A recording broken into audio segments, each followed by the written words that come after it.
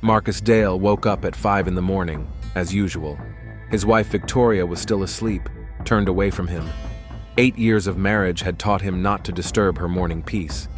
He got out of bed silently, pulled on his sweatpants, and left the bedroom of their 2-story house on Maple Street.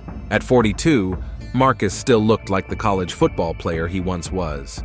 Broad shoulders, a strong jaw, and graying hair at the temples added to his gravitas.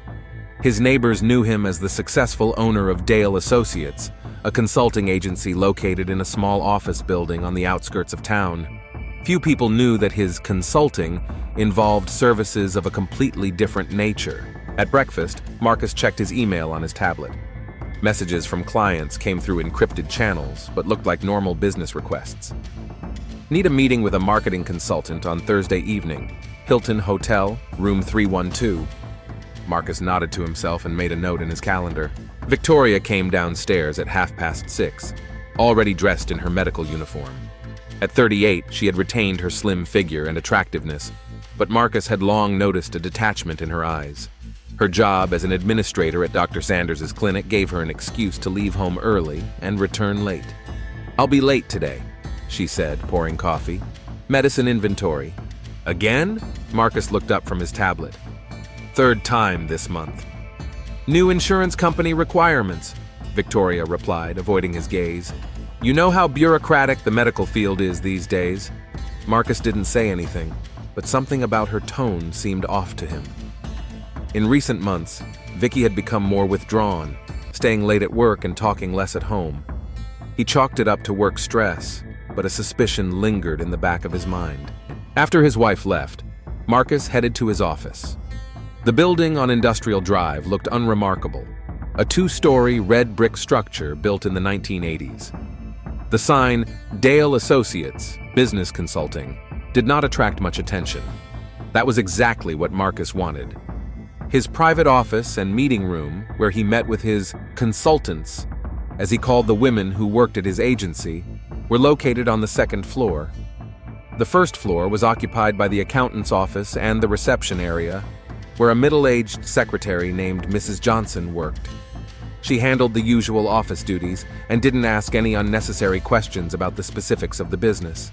At 10 o'clock, Lillian Connor came in to see Marcus. She was 26 years old, with shoulder-length red hair and green eyes. Lily had been working at the agency for 2 years, and Marcus considered her one of his most reliable employees. She was studying psychology at the State University and was using her earnings from Escort services to pay for her tuition. "Good morning, Mr. Dale."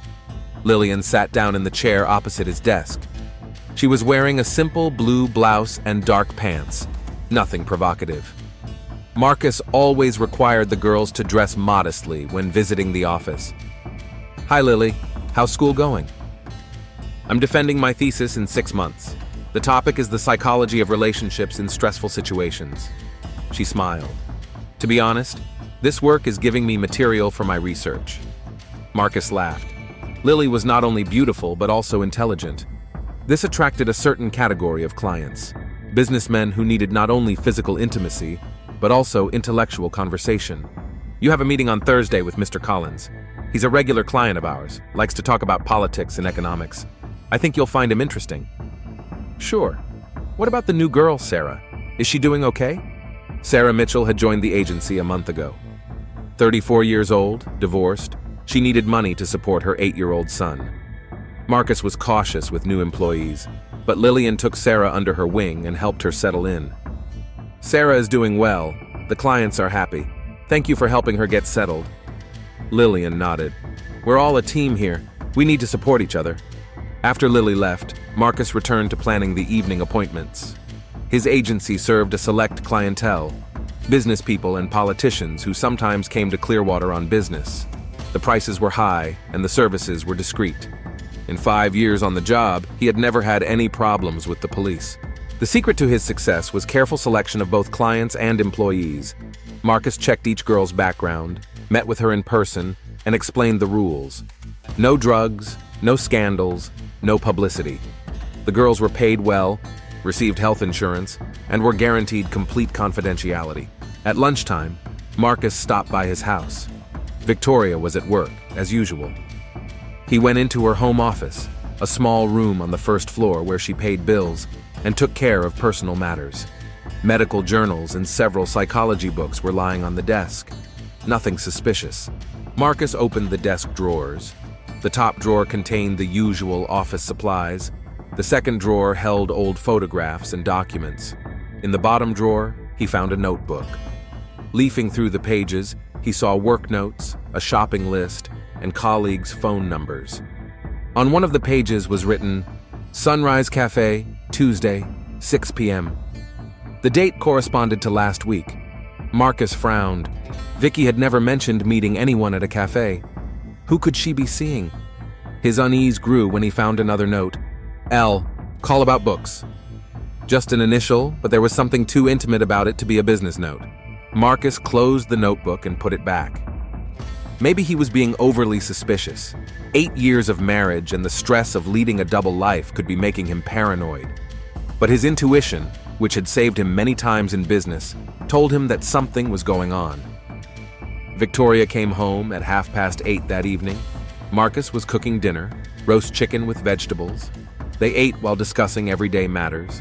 The gutter needed repairing, firewood had to be ordered for the winter, and they had to think about plans for Thanksgiving. How did the inventory go? Marcus asked. Long and tedious. I had to count all the medications twice. Dr. Sanders is obsessed with accuracy. Victoria answered casually, but Marcus noticed how she avoided looking him in the eye. Maybe we could go somewhere this weekend? It's been a while since we've been out of town together. I'm on call Saturday. A colleague is sick and asked me to fill in. Victoria got up from the table. I'm sorry, I'm very tired. I'm going to take a bath. Marcus remained sitting in the kitchen, slowly finishing his beer. In the past, Vicky had always gladly agreed to go on trips together. Now she always had excuses. Work, training courses, family obligations. He tried to remember when it had started. 3 months ago, Victoria had become more distant. Their intimacy had practically ceased. She explained it away as fatigue, hormonal changes, stress at work. Marcus didn't insist, but the emptiness in their relationship grew. Perhaps the reason lay with him. Running an escort agency required constant secrecy. He couldn't tell his wife about his real source of income, so he made up stories about consulting projects. The lies poisoned their marriage, but Marcus saw no other way out. Late at night, when Victoria was already asleep, Marcus sat in his office reviewing the agency's financial reports. Business was going well. This month's profit was almost $20,000. The client base was expanding, and the girls were working steadily. But success in business did not compensate for the problems in his personal life. Marcus realized that he was at a crossroads. Either he would find a way to repair his relationship with his wife, or their marriage would fall apart for good. In any case, he had to find out what was going on with Victoria. The Sunrise Cafe was located in the old part of Clearwater, in a converted Victorian house on Cherry Street. A cozy place with worn furniture, bookshelves, and the smell of freshly brewed coffee attracted locals who preferred a homey atmosphere to chain establishments. Victoria Dale sat at a corner table, glancing nervously at her watch. It was 7:15. She had arrived 15 minutes early to calm down and collect her thoughts. She twirled a long cold latte in her hands. 2 months ago, her life had changed dramatically. What had started as a chance encounter had turned into something much more serious and frightening. At 38, Victoria had fallen truly in love for the first time in her life. The cafe door opened and Lillian walked in. Her red hair was pulled back into a messy bun, and she was wearing a green jacket and jeans. She looked around, and noticing Victoria, smiled that special smile that made Victoria's heart skip a beat. Hi. Lillian sat down opposite her. Sorry I'm late. My lecture went on longer than usual. That's okay. I just got here myself, Victoria lied. How's university? I'm defending my thesis in 4 months. Professor Johnson approved my research topic. Lillian ordered a cappuccino from the waitress who approached them. How was your day? Victoria told her about her routine at the clinic, but her mind was preoccupied with something else entirely. How could she explain her latest tardiness to her husband? How many more excuses could she come up with? They met completely by chance. Victoria was buying medicine at a pharmacy on Main Street when she noticed a young woman who couldn't pay for her prescription. The antibiotics for her sick child cost more than she had. "Let me pay for that," Victoria offered impulsively. "No, thank you, I can't accept it," the red-haired girl began. "My son was sick last month, too. I know how scary it is." Victoria handed the pharmacist the missing amount. That's how they met. Lillian turned out to be a student working part-time as a nanny. It wasn't her child who was sick, but a boy from the family she worked for. They had coffee at the same Sunrise Cafe and talked about books, movies, and life in a small town. Victoria didn't plan to see Lily again, but something about this girl attracted her. Her intelligence, her sense of humor, her spontaneity, and something else, something intangible, that made Victoria think about her more and more. Their second meeting happened a week later. Victoria deliberately stopped by the cafe after work, hoping to see Lillian. She was sitting at the same table reading a psychology textbook. "What a coincidence," said Victoria, approaching the table. "Yes, strange," smiled Lillian. "Although I'm here every Tuesday, I'm preparing for seminars." They talked for 2 hours again. Lillian told her about her plans to become a family psychologist and the difficulties of balancing work and study. Victoria talked about her disappointment in marriage and the feeling that life was passing her by. "What about children?" Lily asked. "Did you and your husband ever plan to have any?" Marcus said he wasn't ready. First, we had to get on our feet, buy a house, save money. Then he started a business that demanded all his attention. Victoria smiled sadly. "I'm 38 now. It's probably too late to think about children." "It's never too late if you really want it," Lillian said gently. Their meetings became regular, every Tuesday at 7 in the evening at the Sunrise Cafe. Victoria told her husband about overtime at work or meetings with friends. The lies came more and more easily to her. The turning point came a month ago. Lillian was talking about her research when she suddenly fell silent. "Is something wrong?" Victoria asked, concerned. "Vicky, can I ask you a personal question?" "Of course." "Are you happy in your marriage?" The question caught Victoria off guard. She was silent for a long time, staring into her cup. "I don't know. I think I've forgotten what happiness is." "What about love? Do you love your husband?" "I thought I did, but now I realize it was more of a habit. We met in college, dated for 4 years, then got married. It seemed like the logical thing to do." Lillian leaned across the table and covered Victoria's hand with hers. The touch was warm and gentle. "What do you feel now?" Victoria looked into Lillian's green eyes and realized that her life would never be the same again. "I feel like I'm living for the first time in many years." They spent that evening at Lillian's apartment. It was a small studio on the second floor of an old house on Elm Street. Books lined the shelves, reproductions of paintings hung on the walls, and the scent of lavender wafted from candles. They talked until morning, sharing their most intimate thoughts. Victoria told her about her doubts, about how she felt like a stranger in her own life. Lillian listened without judgment, asking questions that helped Victoria understand herself better. "I've never felt this way before," Victoria confessed as morning approached. "I'm scared." "Me too," Lillian replied quietly. "But sometimes the most important things in life are the most frightening." The first kiss happened a week later. It was gentle, uncertain, but it opened the door to a new world of feelings. Victoria had never felt physical attraction to women before, but with Lillian, everything felt natural and right. Now, sitting in the cafe, Victoria looked at Lily and felt a familiar excitement. 2 months of secret meetings had changed her beyond recognition. She began to pay more attention to her appearance, bought new clothes, and joined a gym. Marcus noticed the changes but attributed them to his wife's desire to look better. "What are you thinking about?" Lily asked, covering Victoria's hand with hers. "About us, about how everything has changed." "For the better?" "Definitely, but it can't go on forever. Marcus is starting to suspect something." Lily frowned. "What does he say?" "Nothing directly yet, but he's been asking more questions about why I'm staying late at work. Yesterday he found me in my home office when I was paying the bills. He said he was looking for some documents, but I could see he was searching for something else." "Maybe you should stop seeing him for now?" "No!" Victoria squeezed Lily's hand. "I can't. You have no idea what it's like at home. He's a stranger. We live like roommates, politely discussing everyday matters. What if he finds out? That question had been haunting Victoria for the past few weeks. Marcus was possessive by nature. When they were younger, he was even jealous of her male colleagues. How would he react if he found out she was in love with a woman? I don't know. A scandal, a divorce. Maybe it's for the best. Vicky, are you serious about this? Every day, I'm tired of living a double life. I want to be with you for real. Lillian fell silent, pondering Victoria's words. Something like alarm flashed in her eyes. There's something you should know about my job, she said slowly. You're a nanny. What could be so special about that? Not exactly. I have a side job at an escort agency. Victoria was stunned. What? It's not what you think. I accompany clients to business dinners and social events. Sometimes I just spend the evening chatting with lonely men.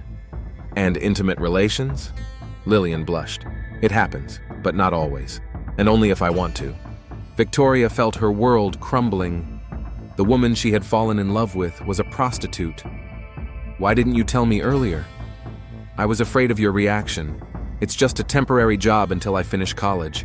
I need the money to pay for my studies. Who's your employer? The agency is called Dale Associates. The owner is Mr. Dale. He's a decent man. He looks after the girls' safety and doesn't force anyone. Victoria felt a chill run down her spine. Dale? Marcus Dale? Yes. Why? Do you know him? Her world turned upside down. The woman Victoria loved worked for her husband's agency, an agency she didn't even know existed. He's my husband, Victoria whispered. Lillian turned pale. The cup slipped from her hands and shattered on the floor, splattering coffee on their clothes. Your husband? But he said he wasn't married. He lied. We've been married for 8 years. The cafe fell silent. Other patrons looked over at them, drawn by the sound of the broken cup. The waitress hurried to clear up the pieces. I have to go, Lillian said, getting up from the table. Wait, we need to talk. About what? It's over, Vicky. I can't be with my employer's wife. And I can't be with a man who lies to me every day. Lillian stopped at the door. Let's meet tomorrow. Same place, same time. We really need to talk. Victoria remained seated in the cafe, trying to make sense of what had happened. Her husband owned an escort agency. The woman she loved was a prostitute. Their marriage was a sham, built on lies on both sides. She returned home at 9:30. Marcus was watching television in the living room. How was your shift? He asked, without taking his eyes off the screen. Tough, lots of patience. Victoria walked past him, heading for the stairs. Vicky. She turned around. Your coffee. Victoria looked at the stain on her blouse. I spilled it. I'm very tired. Marcus nodded, but his eyes narrowed. Do they serve coffee to patients at the clinic now? I bought it from a vending machine. I needed something to perk me up before driving home. She went up to her bedroom, feeling his gaze on her back. Lying was getting harder, but now she had no choice. Tomorrow she would meet with Lillian, and they would decide what to do next. As she took a shower, Victoria thought about the irony of the situation. She and Marcus were deceiving each other without even knowing it. But now their secrets were intertwined in the most unexpected way. In the morning, Marcus left for work earlier than usual. Victoria watched him from the window and saw him stop at the neighbor's house to talk to Mrs. Parker. The elderly woman was talking to him animatedly, gesturing toward their house. Victoria's anxiety grew. What if the neighbor had seen her return and told Marcus about the coffee stain on her clothes? In a small town, everyone knew everyone else's business. Victoria knew that time was running out. She had to make a decision. Either end her relationship with Lillian or be prepared for the truth to come out.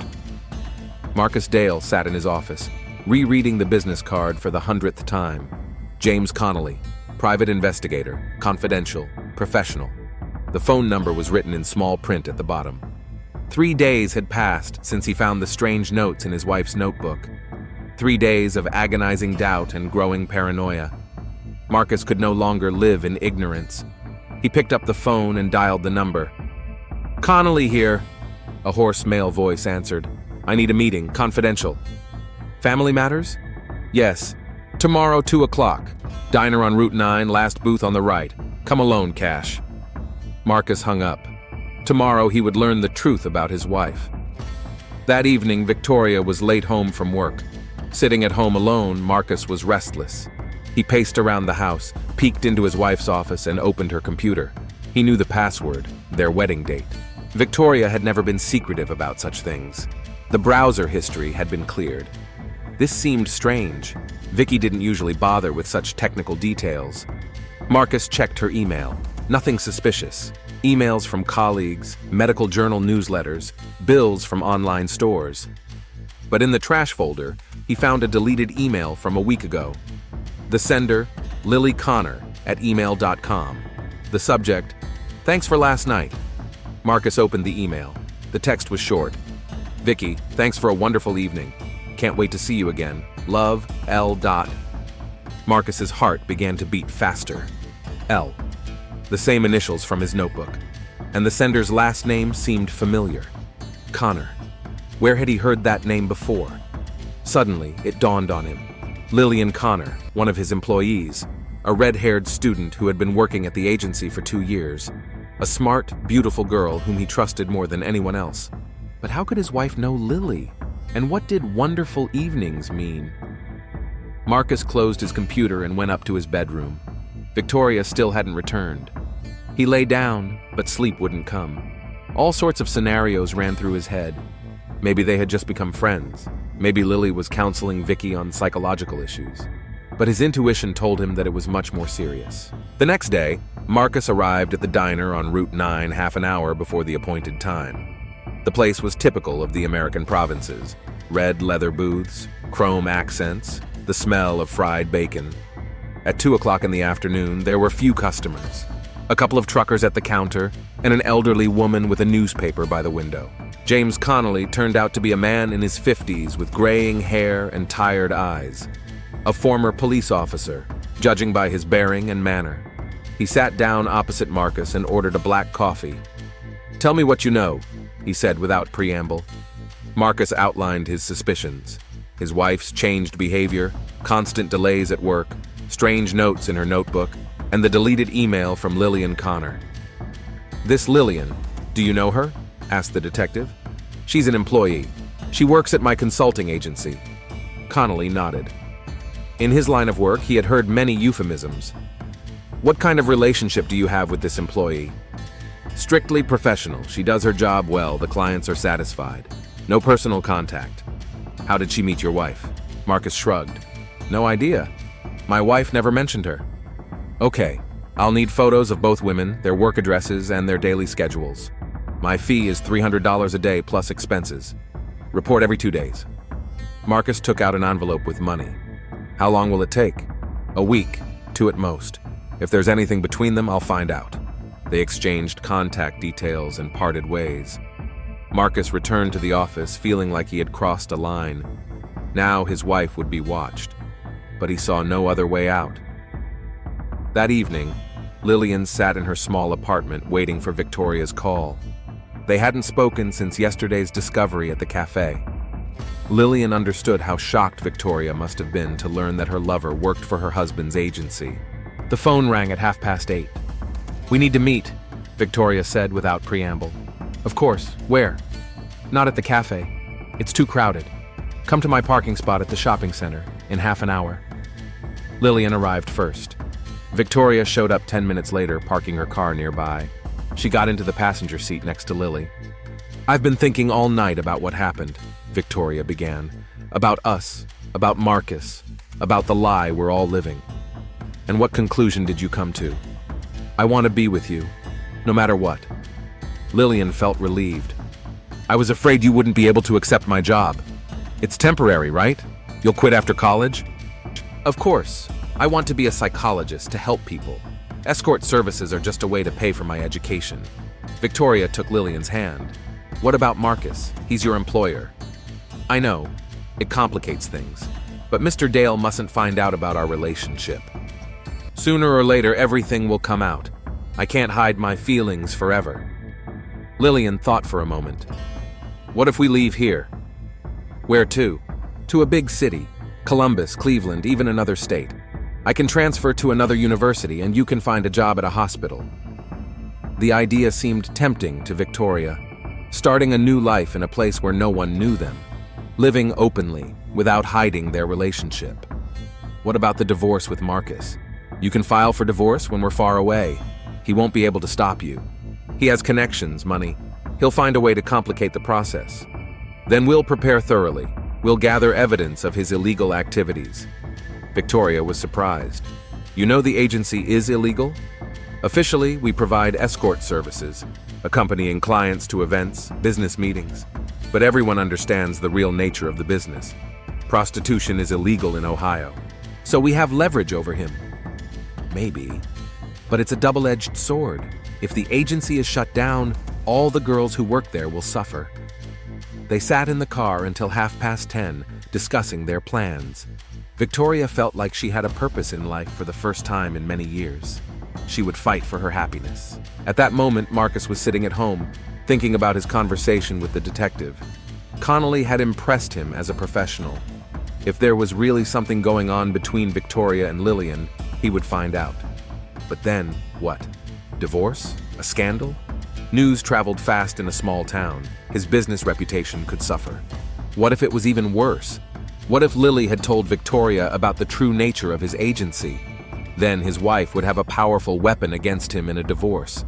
Marcus poured himself a whiskey and went out to the back porch. The autumn air was crisp and cold. He looked at the lights in the neighboring houses and thought about how quickly a seemingly stable life could fall apart. The next day, Connolly got to work. He started by watching Victoria.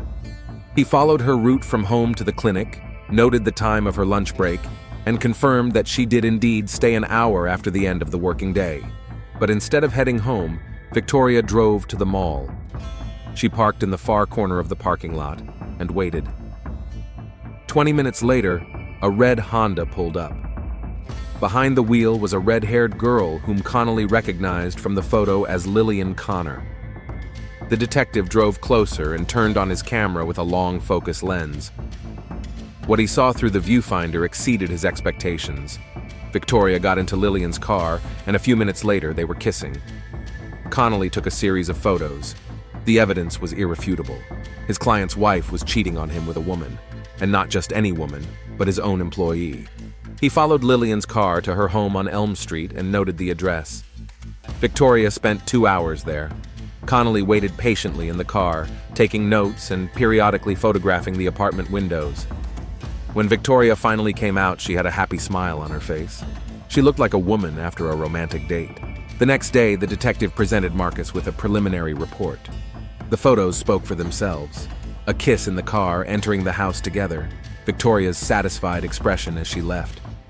Marcus looked at the pictures with a stony face. Deep down, he hoped that his suspicions would prove groundless, but the reality was worse than his darkest assumptions. "How long has this been going on?" he asked. "Judging by their behavior, several months. They act like an experienced couple who have a well-established routine for their meetings." "What else did you find out?" "Your wife lied about working overtime. I checked. She wasn't at the clinic after 5 p.m. She's spending time with Miss Connor." Marcus clenched his fists. 8 years of marriage, and all this time he thought he knew his wife. It turned out he didn't know her at all. "Keep watching them. I want to know every detail of their relationship." Connolly nodded. "There's one more thing. Yesterday I overheard part of their conversation. They were discussing plans to move to another city together." That was the last straw. Victoria wasn't just cheating on him, she was planning to leave him. And she was doing it with his own employee, who knew all the secrets of his business. That evening, Marcus came home earlier than usual. Victoria was cooking dinner in the kitchen, humming to herself. He hadn't seen her so cheerful in a long time. "You're in a good mood," he remarked. "I had a good day. Everything was calm at work, no difficult patients." She smiled at him over her shoulder. "How was your day?" "The usual. Meetings with clients, reports, plans for next week." Marcus watched his wife and marveled at how easily she lied. There was no sign of guilt or embarrassment. She was playing the role of a caring spouse while planning her escape with her lover. Over dinner, Victoria talked about her colleagues, new procedures at the clinic, and her plans for the weekend. Everything was as usual, but now Marcus could hear the falsehood in every word. "By the way," he said casually, "do you remember Lillian Connor?" "One of my consultants." Victoria froze with her fork halfway to her mouth. "I don't remember her. Why?" "Just curious. She's a nice girl, smart. She's studying psychology at university. I thought you might get along." "Maybe, but I don't really socialize with strangers." A lie. A blatant, brazen lie. Marcus struggled to contain his rage. After dinner, Victoria went to take a bath. Marcus stayed in the kitchen, thinking about what to do next. Forgive her betrayal? Demand an explanation? File for divorce? But something else bothered him more. Lillian knew the true nature of his business. If she told Victoria, the divorce could be a disaster. His wife would have dirt on him that would destroy his career and reputation. He had to act carefully and thoughtfully. First, he had to find out the whole truth, and then decide what to do next. Marcus went up to the bedroom. Victoria was already in bed, reading a magazine. In the light of the bedside lamp, she looked younger than her 38 years. "Good night," she said, without looking up from the page. "Good night." Marcus lay down beside her, but sleep would not come. Next to him lay the woman who had betrayed him in the most cruel way possible. And until he knew the whole truth, he had to continue playing the role of the unsuspecting husband. But his patience was wearing thin, and Marcus felt he was reaching his limit. Marcus Dale stood at the door of the apartment on Elm Street at 8:30 in the evening. He was holding a bouquet of roses, the perfect cover for any neighbors who might see him. Just a man visiting a woman with flowers. Nothing suspicious. He knew Lillian was home. He had been following her schedule all day, using information from Detective Connolly. University until 4, then home. No clients today, no meetings with his wife. Marcus pressed the doorbell. "Who is it?" Lillian's voice came through the intercom. "Mr. Dale, we need to talk." A long pause. Lily clearly wasn't expecting her employer to visit her at home. "I'll be right down." "We'd better talk at your place. It's a delicate matter." Another pause, then the click of a lock. Marcus went up to the second floor. Lillian was waiting for him at the door, dressed in gray sweatpants and a white t-shirt. Her hair was pulled back in a ponytail. "Mr. Dale, what's going on? We usually meet at the office." "This is a special occasion." Marcus entered the apartment, looking around. It was a small studio, neatly tidied. Books lined the shelves, flowers stood on the windowsill. Beautiful flowers. He handed her the roses. Lillian took the bouquet, clearly embarrassed. "Thank you, but why?" "Sit down, Lily. We really need to talk." They sat down at a small dining table. Lillian put the roses in a glass of water. "I know about you and my wife," Marcus said without preamble. Lillian's face paled. "What are you talking about?" "Don't pretend. I have photos of your meetings, recordings of your conversations. I know everything." Lillian covered her face with her hands. "Mr. Dale, I can explain." "Explain what? How you seduced my wife? How you plan to run away together?" "That's not true. We fell in love. I didn't plan for this to happen." Marcus slowly stood up from the table. 8 years of marriage, 8 years I built a life with this woman, and you destroyed it all in a few months. Victoria was unhappy in her marriage. You know that yourself. And now you're a psychologist? You've decided you know what's best for my family? Lillian also stood up, trying to remain calm. "Mr. Dale, I understand you're hurting, but we're adults. We have a right to happiness." "At the expense of my happiness? You said yourself that your marriage was a formality, that you live like roommates." Marcus froze. "When did I say that?" "Victoria told me you said that." "What did I say? That I'm a bad husband? That I don't pay attention to her?" Lillian realized she had said too much. "I didn't mean to." "Did you tell her about my business?" "No, of course not. You're lying." Marcus moved closer. "Victoria knows about the agency. How else would she know the details of our marriage?" "Mr. Dale, calm down. We can discuss this civilly." "Civilly?" Marcus laughed, but his laughter was cold. "You stole my wife, and now you want to discuss it civilly?" Lillian backed away toward the window. Something in Marcus's tone frightened her. "I quit. I won't work at the agency anymore. Victoria and I are leaving town." "No," Marcus said slowly. "No one is going anywhere." He took a gun out of his pocket. It was small but deadly, a Glock 19 he had bought for self-defense after he started working as an escort. Lillian screamed, "What are you doing?" "What I should have done a long time ago." "Mr. Dale, stop, this is crazy." "Crazy is when your employee destroys your family." Lillian tried to run to the door, but Marcus caught her. They struggled for a few seconds. The young woman was strong, but Marcus outweighed her and had more muscle. The shot rang out at 9:47 p.m.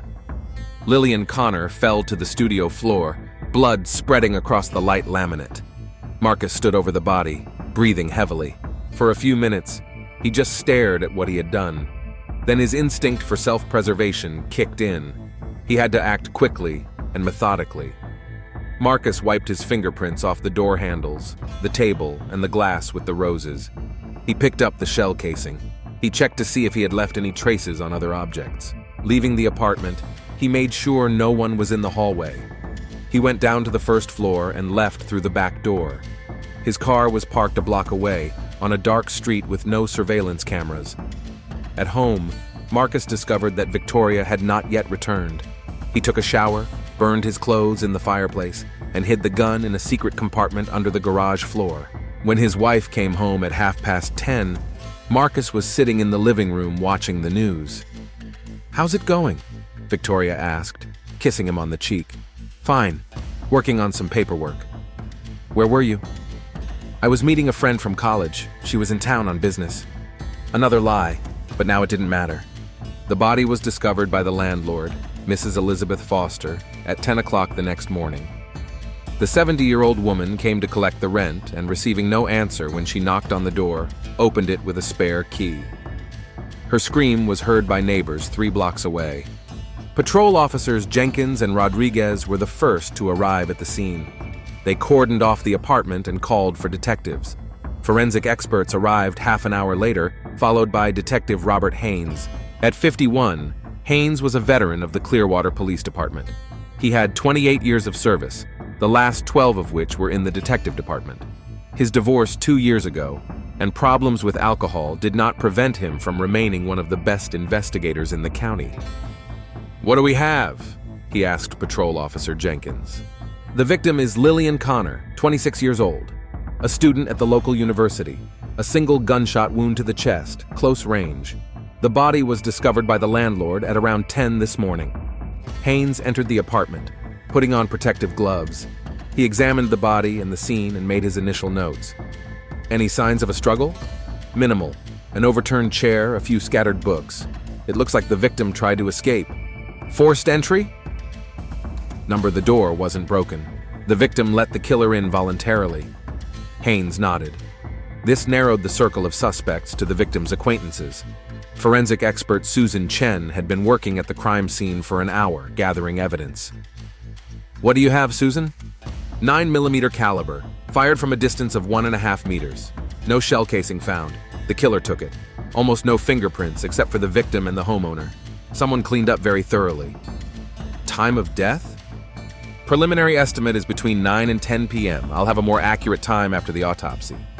Haynes walked around the apartment, examining the details.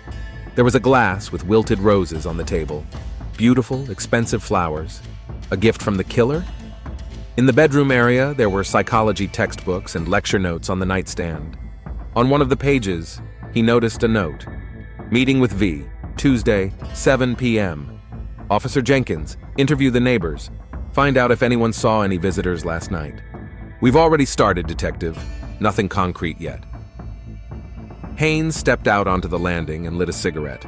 Murders were rare in Clearwater, once every 2 or 3 years, usually domestic or drug-related. This case was different. Too well-planned, too cold-blooded. The phone rang. It was the head of the detective division, Captain Morris. "Bob, how's it looking at the crime scene?" "We're sorting things out. The victim is a university student, shot at point-blank range. The killer acted methodically. The media is already showing interest. The mayor called, concerned about the city's reputation. He wants quick results." "Understood. I'll do everything I can." Haynes ended the call and returned to the apartment. He needed to study the victim's life and find a motive for the murder. By the end of the first day of the investigation, Detective Haynes had gathered basic information about Lillian Connor. She was a psychology student with good grades and no problems with the law. She worked as a nanny, at least officially. But talking to the neighbors yielded some interesting information. Mrs. Parker from the house next door had seen a man with a bouquet of flowers approach Lillian's apartment building the previous evening. Tall, athletic build, dark hair with gray streaks, well-dressed, looked respectable, said the elderly woman. Have you seen him before? No, but he looked familiar. Maybe I've seen him around town. What time was that? Around 8:30. I was walking my dog and noticed the beautiful roses. I thought what a romantic man he was. Haynes wrote down the statement. The killer came with flowers, a classic way to lull the victim into a false sense of security. The next morning, the detective went to the university. The dean of the psychology department, Dr. Patricia Wells, described Lillian as one of her best students. She was working on her thesis in family psychology. She was a very talented girl and was planning to go to graduate school. Did she have any enemies? Any conflicts with anyone? Not that I know of. Lillian was outgoing and had many friends. What about her personal life? Dr. Wells paused. She was quite secretive in that regard. She never brought any young men home, although she seemed happier than usual in recent months. Haynes noted this detail. Perhaps Lillian had a romance that few people knew about.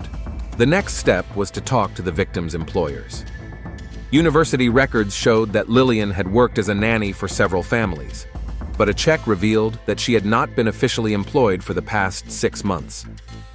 Where did she get the money for rent, tuition, and living expenses? Haynes wondered. Student loans and parental support would clearly not have been enough for such a lifestyle. An examination of the victim's bank accounts provided the answer. There were regular cash deposits ranging from $500 to $2,000. The source was unknown. Haynes realized that Lillian Connor was involved in some kind of illegal activity, prostitution, drugs, or something else. On the evening of the second day of the investigation, the detective sat in his office studying the case files. On the board were photos from the crime scene, a floor plan of the apartment, and a list of potential witnesses. The picture gradually became clearer. Lillian Connor was leading a double life. Officially, she was a model student. Unofficially, she was involved in some kind of shady business. The killer knew her personally. She let him in voluntarily. The motive was most likely related to her illegal activities. Haynes picked up the phone and dialed the number of an informant who helped him with organized crime cases. Listen, Johnny, I need some information. Are there any escort agencies or similar establishments in town? Let me think. There are rumors about a consulting agency on Industrial Drive. It's called Dale Associates. Officially, they're in business consulting, but their clients don't go there for economic advice. The owner? Marcus Dale, former car dealership manager, started his own business about 10 years ago. Married, lives in a nice neighborhood. Outwardly, he appears to be a respectable citizen. Haynes wrote down the information. Tomorrow, he would pay a visit to Mr. Dale. Detective Haynes parked across from the office building on Industrial Drive at 8 in the morning. He watched the entrance, studying the people who came to work. At 8:30, a dark blue sedan pulled up to the building, and a man matching the witness's description got out. Haynes waited another half hour, then went up to the office of Dale Associates. A middle-aged secretary, Mrs. Johnson, greeted him with a polite smile. "How can I help you?" "Detective Haynes, Clearwater Police. I need to speak with Mr. Dale." The smile disappeared from the woman's face. "What's going on?" "Routine investigation. Nothing serious." Mrs. Johnson led him into an inner office. Marcus Dale rose from behind his desk and extended his hand. His handshake was firm, his gaze direct, with no signs of nervousness. "Detective Haynes, please have a seat. Coffee?" "No, thank you." Haynes sat down in the chair opposite him. "Mr. Dale, are you familiar with Lillian Connor?" "Of course. Lily is one of our consultants. What happened to her?" "She was murdered the night before last." Marcus froze, as if he couldn't believe what he was hearing. "Murdered? How did it happen?" "We're still investigating. When was the last time you saw Miss Connor?" "Let me think. Last week. She came into the office to pick up some materials for a client. What kind of consulting did she do? Marketing research, business planning. Lily was a very smart girl and our clients appreciated her. Haynes wrote down the answers, studying Marcus's facial expressions. His professional skills allowed him to distinguish truth from lies, but this man seemed confident. Did she have any enemies? Any conflicts with anyone? Not that I know of. Lily was outgoing and had no problems getting along with people. What about her personal life? Boyfriends, relationships? Marcus shrugged. We didn't discuss personal matters. It was strictly business. Where were you the night before last? At home with my wife. We had dinner and watched TV. A normal family evening. Can your wife confirm that? Of course. Would you like her phone number? Haynes wrote down Victoria Dale's contact details. Can I see Miss Connor's personal file? Of course. Marcus took a folder from the filing cabinet, standard documents, a copy of her passport, employment contract, letters of recommendation. Everything looked legitimate. Did Miss Connor earn well at your agency? Decently. About $3,000 a month. Not bad for a student. Haynes knew that the victim's bank records showed large sums of money. Either Marcus was lying, or Lillian had additional sources of income. Thanks for your cooperation, Mr. Dale. If you remember anything else, give us a call. They exchanged business cards. As he left the office, Haynes noticed the tension in Marcus's shoulders, even though he was trying to look calm. The next step was to question Victoria Dale. Haynes arrived at Dr. Sanders' clinic at lunchtime. Victoria met him in a small conference room. She was an attractive woman of about 38, but her eyes were red from crying. Are you investigating Lily's murder? She asked in a trembling voice. Yes. Did you know her? We were friends. Victoria took out a tissue and wiped her eyes. We met a few months ago in a cafe. How often did you see each other? Once a week, sometimes more. She was a very intelligent girl. I enjoyed talking to her. Haynes noticed that Victoria was avoiding details. What did you talk about? Books, movies, life. Lily was studying psychology and often gave me advice. Did your husband know about your friendship? Victoria hesitated. I don't think so. We didn't discuss my friends. Where were you the night before last? At home with my husband. We had dinner and watched the news. The spouse's statements matched, but something about Victoria's behavior alarmed the detective. Too much emotion for a simple friendship. Did Miss Connor talk about her work? She said she was working part-time as a consultant, helping to pay for her studies. Did she mention any threats? Did she say she was afraid of anyone? No, never. Lily was a cheerful person. Victoria started crying again. Who could have killed her? Haynes gave her time to calm down. Mrs. Dale, if you remember anything important, be sure to call. As he left the clinic, the detective thought about the contradictions in the statements. Victoria was clearly hiding the true nature of her relationship with the victim, and Lillian's bank accounts showed an income several times higher than a consultant's salary. That evening, Haynes met with his informant, Johnny Reeves, at a bar. He was a nondescript man in his 40s who knew all the rumors and gossip in town. What else can you tell me about Dale's agency? Asked the detective. I dug deeper. The girls there don't just work as consultants, if you know what I mean. Prostitution? High-class escort services, expensive clients, complete confidentiality. Dale is very careful, no scandals in 5 years. Who are the clients? Businessmen from neighboring cities, sometimes politicians. They come to Clearwater on business and order escorts. And Connor herself? One of the best girls. Beautiful, smart, the clients loved her. She could earn up to $5,000 a month. This explained the victim's financial situation. Haynes paid the informant and returned to the station. The next day, he received the results of the examination. The time of death was confirmed. Between 9:30 and 10 p.m., ballistics showed that the bullet came from a Glock 19 pistol. No fingerprints were found, but skin particles were found on the roses. Haynes checked the list of registered guns in the area. Marcus Dale bought a Glock 19 2 years ago, saying it was for self-defense. The picture was becoming clearer. All that remained was to find a motive and gather enough evidence to make an arrest.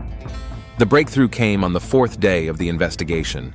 While analyzing the victim's phone records, an expert discovered encrypted messages in a messaging app. After decrypting them, the true nature of the relationship between Lillian and Victoria Dale became clear. "My love, I can't wait to see you," Victoria wrote. "I want to be with you forever." "I love you too. Soon we'll be living together," Lillian replied. The last message was sent 2 days before the murder. "I think Marcus suspects something. We need to be more careful."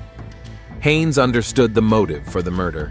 Marcus Dale had learned of his wife's affair with his employee and killed his rival. The detective obtained a search warrant for the Dale home. Early in the morning, a group of police officers surrounded the house on Maple Street. Marcus greeted them calmly, as if he had been expecting them. "What do you want?" "A search warrant." Haynes handed him the document. "We're looking for evidence related to the murder of Lillian Connor." Victoria stood in her bathrobe by the stairs, pale and frightened. "Bob, what's going on?" "Your husband is suspected of murdering your friend." "This is crazy," she exclaimed. "Marcus couldn't have done it." The search lasted 3 hours. A hidden gun was found under the floorboards in the garage. Ballistics later confirmed that it was the weapon used to kill Lillian. In Marcus's home office, they found reports from a private investigator with photos of Victoria and Lillian, compromising pictures of them kissing, entering the apartment, and looking happy after their meetings. "Marcus Dale, you are under arrest on suspicion of the murder of Lillian Connor," Haynes said, putting handcuffs on him. Marcus did not resist. "I want a lawyer." Victoria fell to her knees, sobbing. Her secret had been revealed in the most brutal way possible. The trial took place 8 months later. Marcus's lawyer tried to prove that the murder was committed in the heat of the moment, but the evidence pointed to premeditation. The purchase of a gun, the surveillance of the detective, the careful preparation, everything pointed to a premeditated crime. Victoria testified against her husband, recounting her relationship with Lillian. Her testimony was painful but honest. "I felt true love for the first time in my life," she said, addressing the jury.